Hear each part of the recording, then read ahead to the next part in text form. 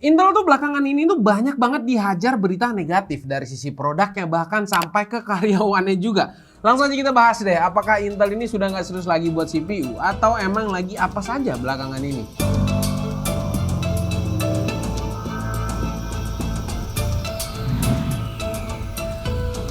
Jadi gini, pertama, prosesor-prosesor terbaru mereka yang seharusnya jadi jagoan itu malah bermasalah. Bayangin aja nih ya, kalian tuh udah habisin duit jutaan buat beli prosesor, tapi malah sering crash. Bahkan beberapa tuh ada yang sampai mati tuh CPU-nya. Jadi bisa dibilang ini nih masalah yang serius banget. Karena kepercayaan konsumen itu penting banget di dunia teknologi atau apapun yang berbentuk produk tuh harusnya jadi penting oleh sebuah brand. Jadi bisa dibilang ini masalah serius banget. Kalau produk utama mereka aja nggak stabil, bisa-bisa konsumen tuh lari pindah haluan.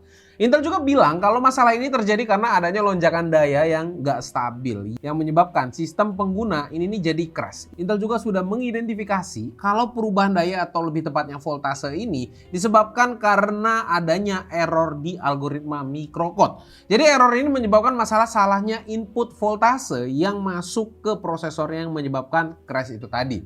Dan beberapa brand juga tuh sudah melakukan mitigasi dengan cara melimit voltage dan daya yang masuk ke dalam prosesor.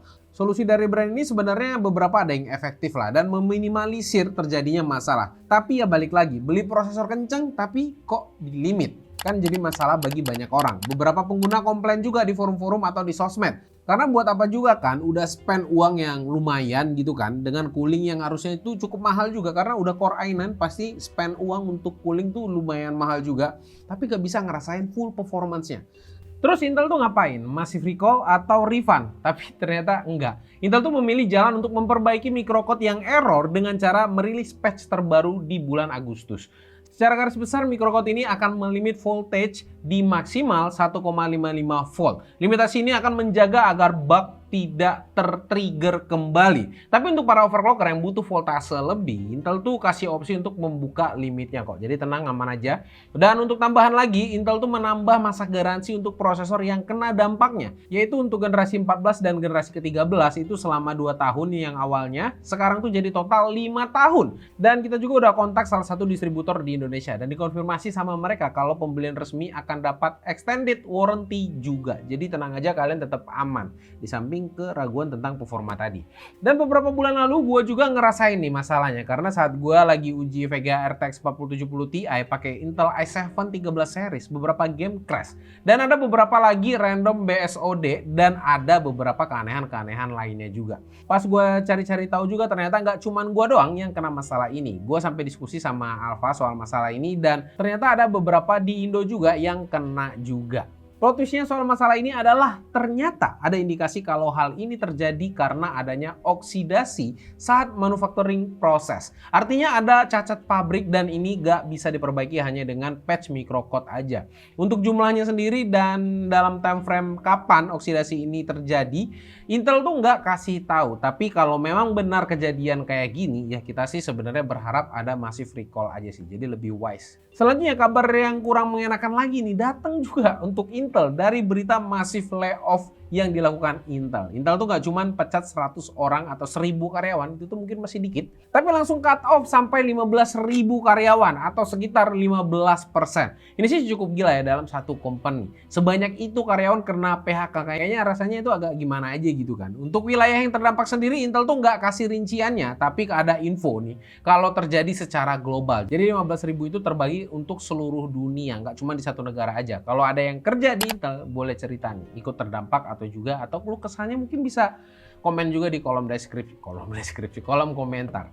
Alasan Intel melakukan layoff bisa jadi karena banyak faktor sebenarnya, tapi 3 faktor utama terjadinya fenomena ini adalah ekonomi yang mulai melemah, isu-isu kayak resesi, kenaikan harga, dan lain-lainnya itu sangat berdampak ke berbagai industri. Salah satunya ya semikonduktor yang Intel geluti ini.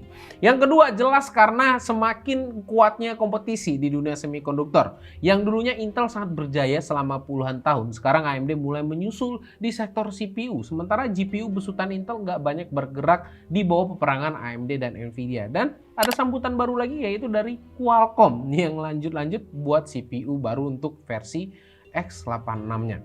Yang ketiga, karena permasalahan di bidang manufacturing atau produksi. Ini berhubungan dengan masalah oksidasi di jajaran Intel generasi 13 dan 14 yang terjadi dari beberapa bulan ke belakang. Hal ini membuat terlambatnya produksi untuk produk terbaru mereka. Ini nih sebenarnya jelas bikin cash flow di Intel itu tersendat dan mungkin nggak ada pilihan lain selain melakukan massive layoff kayak gini. Yang ketiga, pada awal Agustus 2024, Intel juga mengumumkan keputusan yang cukup mengejutkan, menghentikan pembayaran dividen kepada pemegang saham.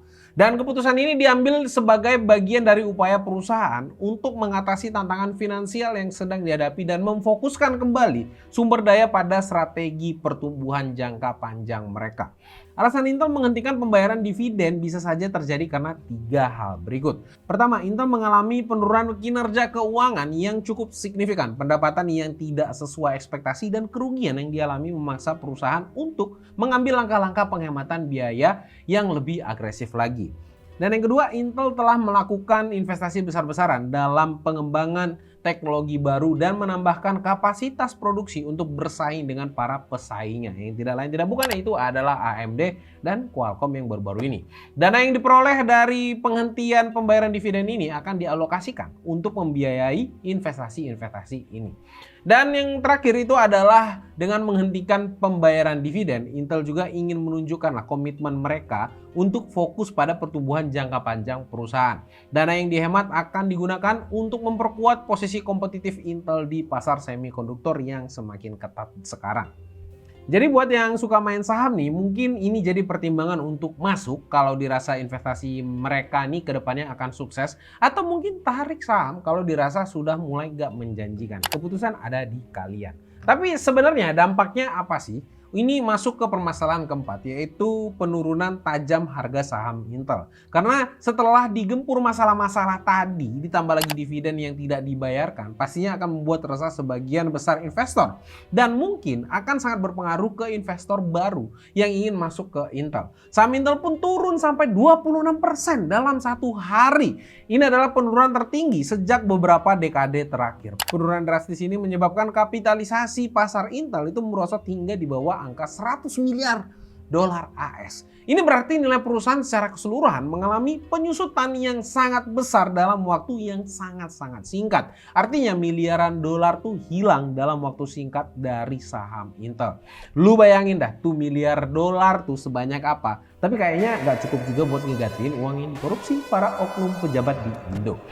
Ya udah, tapi karena semua ini harga saham Intel tuh terjun bebas bikin investor tuh jadi panik. Jadi wajar aja kalau ada yang bilang Intel mau bangkrut. Tapi jangan panik dulu lah, karena kita tuh belum tahu pasti gimana nasib Intel ke depannya, dan sejauh ini prospeknya masih oke-oke aja kalau dari sisi produknya sendiri. Tapi kalau dilihat dari situasi sekarang, Intel tuh emang lagi dalam kondisi yang nggak baik-baik aja. Mereka tuh harus ngeluarin biaya yang cukup besar buat memperbaiki prosesor mereka, harus cari cara buat tetap inovatif, dan yang paling penting harus bisa pulihin kepercayaan investor dan pengguna produk Intel sendiri. Jadi, apa yang bisa dilakukan Intel? Menurut gua, mereka tuh harus fokus banget ke R&D buat bikin prosesor yang bener-bener stabil dan punya performa yang jauh lebih baik. Ini bukan cuma soal kecepatan aja, tapi juga soal ketahanannya. Intel tuh harus bisa ngebuktiin lah untuk ke konsumennya kalau mereka ini serius nanganin masalah ini. Ya kalau dari gua sih jangan terlalu maksain aja CPU-nya kenceng dengan teknologi yang sebenarnya tuh lama, tapi di-push terus ngelawan teknologi AMD yang terus diperbaharui. Hal-hal gini yang sebenarnya gua takutkan dari awal-awal munculnya AMD. Gimana nih terhadap Intelnya? Menurut gue pribadi sih ini bisa terjadi karena boost clock Intel yang lumayan tinggi, bisa kita lihat sendiri, tapi masih menggunakan teknologi 10nm. Hasilnya power draw tuh akan tinggi banget, jadi boros, panas, lama-kelamaan akan jadi degradasi. Dan ini sebenarnya hal yang wajar kalau ketemu masalah instability. Tapi kalau misalnya masalah dioksidasi, itu balik-balik ke pabriknya langsung. Di sisi lain juga Intel tuh harus jaga hubungan baik sama partner dan para pelanggannya. Kolaborasi ini penting banget di industri teknologi. Kalau Intel bisa perkuat kerjasamanya, mungkin bisa ngatasin tantangan bersama-sama. Dan yang paling penting adalah mereka harus transparan tentang apa yang lagi mereka lakukan buat memperbaiki situasi ini. Jujur sama konsumen itu penting untuk saat ini. Ini sama aja kayak Kominfo di hack gitu.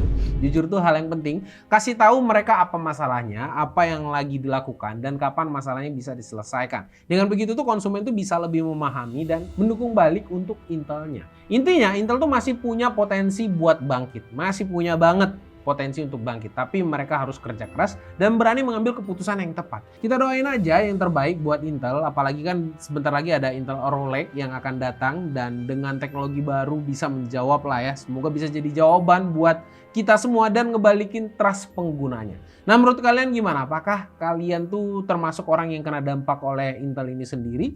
Atau mungkin kalian punya masukan-masukan lain atau feedback lain untuk Intel sendiri? Langsung aja komen di bawah, langsung aja komen di kolom komentar dan kita bisa berdiskusi tentang hal ini. Sampai jumpa di video selanjutnya, gua Rodi.